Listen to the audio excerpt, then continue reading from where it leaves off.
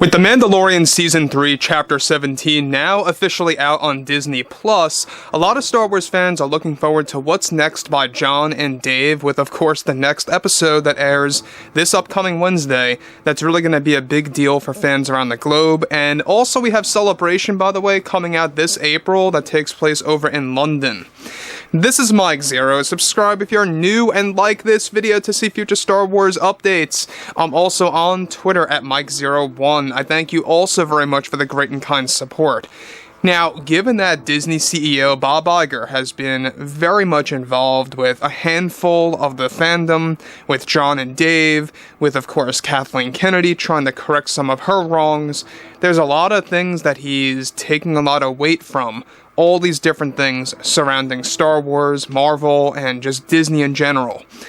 Now, given that Bob Iger is in a current shakeup with the Disney higher-ups, believe it or not, the board members, do not like Bob Iger. They respect that he's allowing Jon and Dave to do what he has to do, or to do what they have to do to turn Star Wars back around, but they don't necessarily like Bob Iger's general leadership of how he's handling Disney on a company level.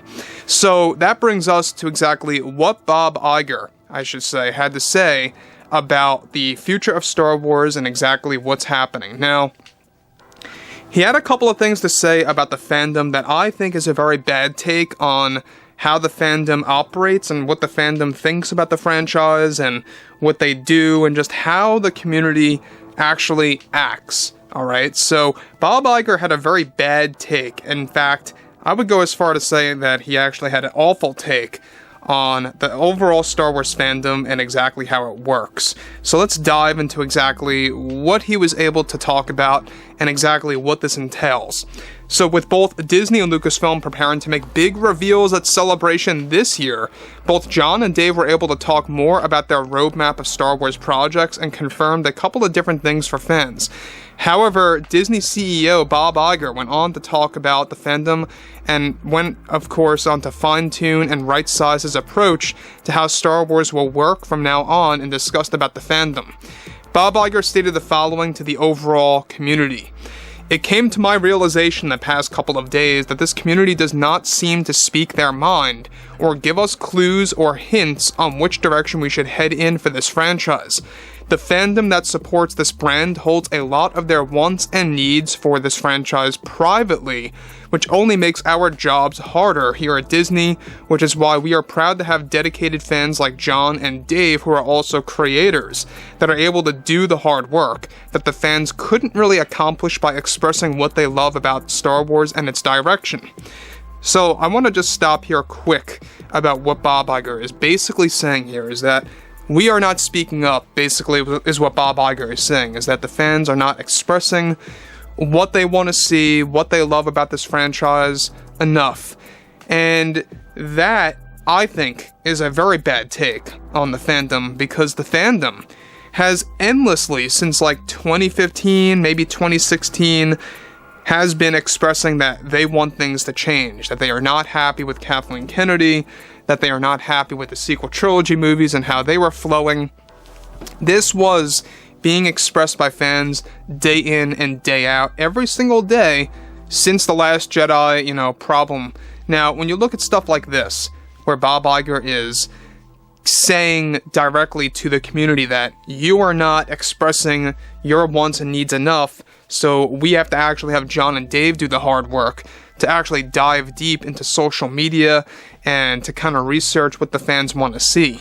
So I think that this is a very misguided approach to how Disney should operate. They should strictly listen to what the fans want to actually see in the franchise, and then run things by Jon and Dave and kind of see if it matches up with their overall approach to the Star Wars lore, if it makes sense at all, or if it would actually trigger, something negative or positive with the franchise.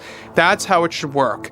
And it's kind of a little bit of the opposite. Jon and Dave, I do respect them, by the way, through and through, but they do have to do a lot of work by actually investing their time and researching the fans. That's because Bob Iger believes that the fans are not speaking up, and I think that what needs to happen now is that they have to reverse things. I think that they should invest their time into what the fans want to actually see and kind of bring things up to Jon and Dave. That gives Jon and Dave more breathing room, more energy to work on their projects and all the like. But again, great respect to Jon and Dave, because these guys are not only working day in and day out on these shows, but they're also investing so many hours into research on the audience, the fandom, on social media, and all different types of different platforms out there to kind of get a baseline idea of what the majority wants to see.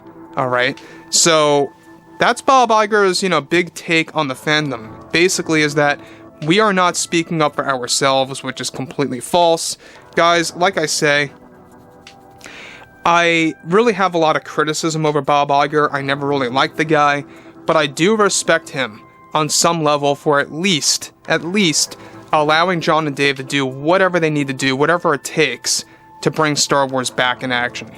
Anyways, moving forward, alright, he goes on to say, I think this is why we lost our way with the sequel movies, and especially Solo, since we didn't get to rely on the fans' wants and needs, and them speaking up for the characters that they supported for decades, and what we should have done with them. However, I am proud to say that Jon and Dave are doing that heavy work on this, and are going the extra mile to invest themselves into research the fans, and their wishes and reactions for this brand. Something that the fans can't seem to do enough for us to easily look into so that we can accomplish their wishes of Star Wars. It's in my full interest to get fans to speak up finally about what they want, and I can't stress enough over how we truly want to listen to fans now. Thank you. So, again, I think that the fans have always been speaking up. I've looked around endlessly on all different platforms, here, Twitter, Facebook, everywhere. Fans are always actually, reaching out to Disney, reaching out to Lucasfilm, expressing what they need, what they want, and what should be done, right? A lot of it is common sense, too. That should have also been applied to the sequels. And backtracking here a little bit, yeah, Bob Iger said that right there, that he thinks that they were misguided for the sequel trilogy because the fans were not speaking up. I don't think that was the case at all either, because Bob Iger openly said a couple of years ago that they wanted to play things safe, that they were afraid that the sequels would be the prequels 2.0 as far as backlash goes, and it actually turns out that it was worse when it came to the backlash. But anyways, I have to say, the fact that Bob Iger is back really kind of gave a lot of fans some problems, and it really kind of made fans, a little, I guess you could say skeptical. But look, we know that Bob Iger is not going to stick around for long. This is a temporary solution, guys. Be aware about this. He's planning to actually ditch Disney by 2024 to get out of there as early as possible, since the higher-ups want to actually replace him by 24, so he himself does not want to get replaced. Before that happens, he wants to create a legacy of his own and create a footprint in pop culture before he gets fired and leaves on his own terms. So anyways, guys, fill me in below in the comments what you guys have to say about all of this, and if you guys did enjoy the content for today, make sure to drop a thumbs up on this video to support the channel. I thank you all so very much for the kind support, and I'll catch you guys next time.